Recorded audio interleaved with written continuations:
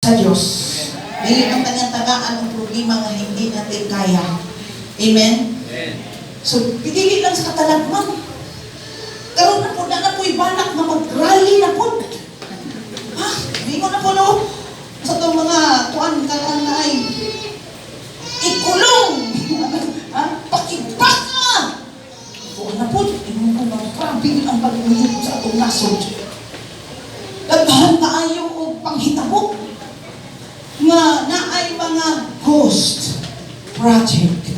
Grabe yun. Hala, perting yung isuga sa mga katauhan. Sa una pang panahon, mga isuong, bahin sa mga inana, naana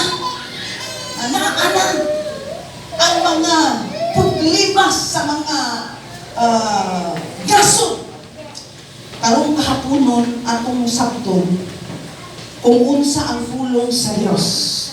Faithfulness to God amidst political turmoil. Magpabiling kita nga madasigon, magpabiling kitang ligon, bisan grabe na kasamok ang panghitabok sa atong nasod. Kung wala mo gawas kining mga flood control, nagsigi naman hinuuwan, nagsigi naman hinuubaha. Sa una nga wala. Nagpuyo ko sino pinaka-tuig.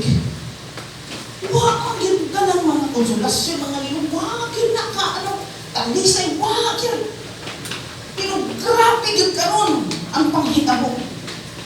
O sad lang yun, tinaghan ang kinabuhi na nakalas. Mauna akong unang-unang pag-aywak ta kahibalo sa ato ang kinabuhi. Naiumaningon, oy, hipon na mong balay, wak ni natandog. Wak ni matandog sa mga kanang na ay lindol. Pag-abot sa tubig, hurot po tanan.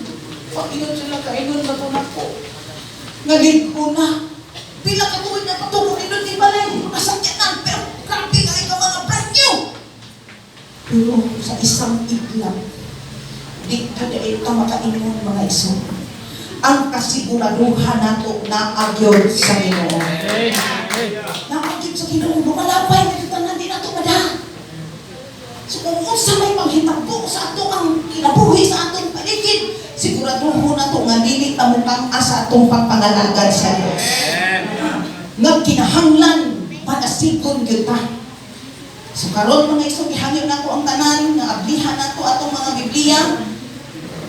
Ug gihangyo nako nga motindog kita